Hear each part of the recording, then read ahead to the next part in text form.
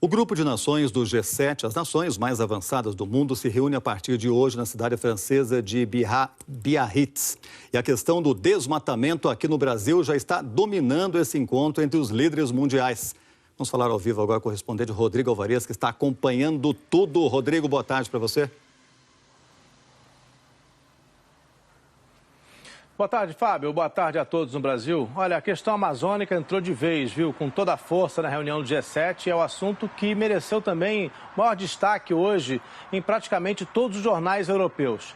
Mas há uma preocupação muito grande também com a guerra comercial entre Estados Unidos e China, pois a Europa vive num momento econômico delicado, com baixo crescimento, e essa guerra iniciada por Donald Trump pode acabar piorando as economias europeias, então esse assunto vai ser tratado também com muita ênfase. Enquanto os líderes se reúnem a 30 quilômetros de Biarritz, mais de 50 ONGs fazem um encontro paralelo, com protestos, pedindo medidas contra a desigualdade e também contra as mudanças climáticas. O encontro começa oficialmente às 7h30, pelo horário aqui da França, 2h30 da tarde aí no Brasil, mas já houve uma série de encontros entre os líderes dos 7 países do grupo. Emmanuel Macron, o presidente da França, já deu sinais do que pretende propor na reunião de emergência que ele convocou pela internet para discutir o que o governo francês chamou ontem de medidas concretas para proteger a Amazônia. Assim que o dia amanheceu em Biarritz, no sudoeste da França, o presidente francês Emmanuel Macron voltou a falar sobre a Amazônia. Disse que os líderes do G7 precisam responder ao chamado da floresta que está em chamas. A Amazônia é nosso bem comum, ele disse. A França se preocupa ainda mais do que os outros países que se sentarão à mesa, pois também somos amazônicos. Macron fazia referência à Guiana Francesa, um território que pertence à França, coberto pela floresta amazônica, com mais de 700 quilômetros de fronteira com o Brasil. Não lançaremos apenas um chamado, mas uma mobilização com todas as partes envolvidas, disse Macron. Uma parceria com os países amazônicos para investir, num primeiro momento, na luta contra essas queimadas e para ajudar o Brasil e todos os países envolvidos.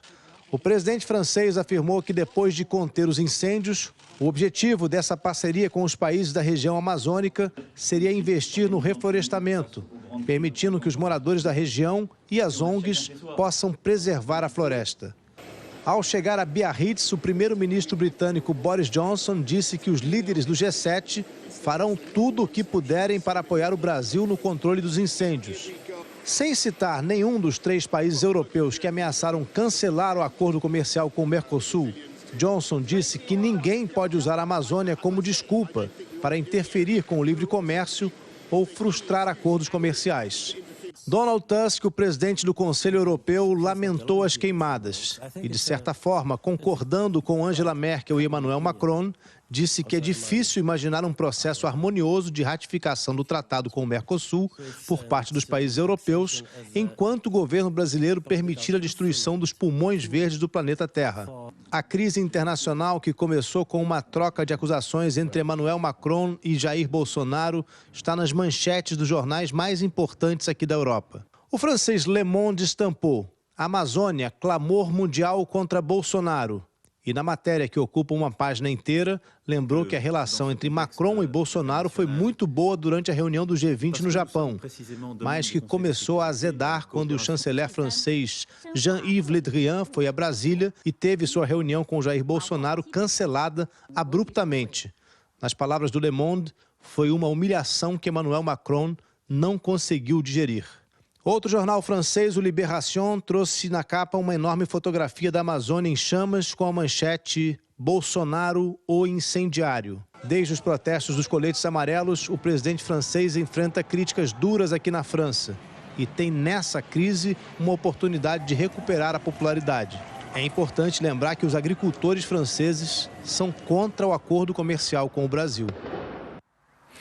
Analistas políticos aqui da França estão vendo nesse movimento de Macron contra Bolsonaro, especialmente contra o acordo comercial com o Mercosul, uma reaproximação do presidente francês com a esquerda aqui do país e principalmente com os produtores agrícolas, que reclamaram muito de um acordo comercial fechado recentemente com o Canadá.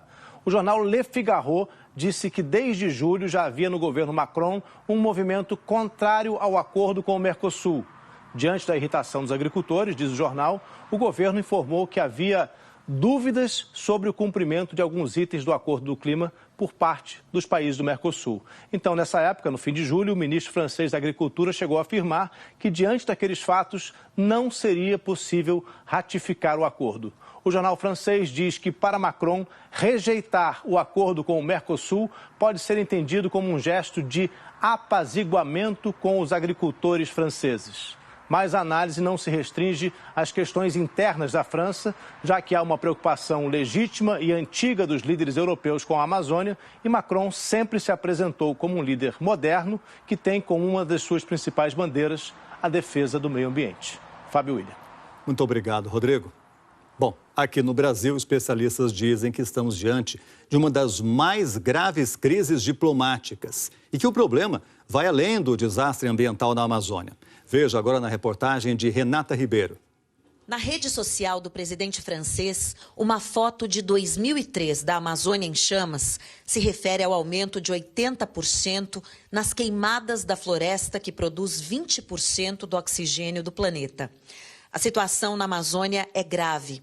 Macron só não mostra como anda quente também o cenário político para ele dentro de casa.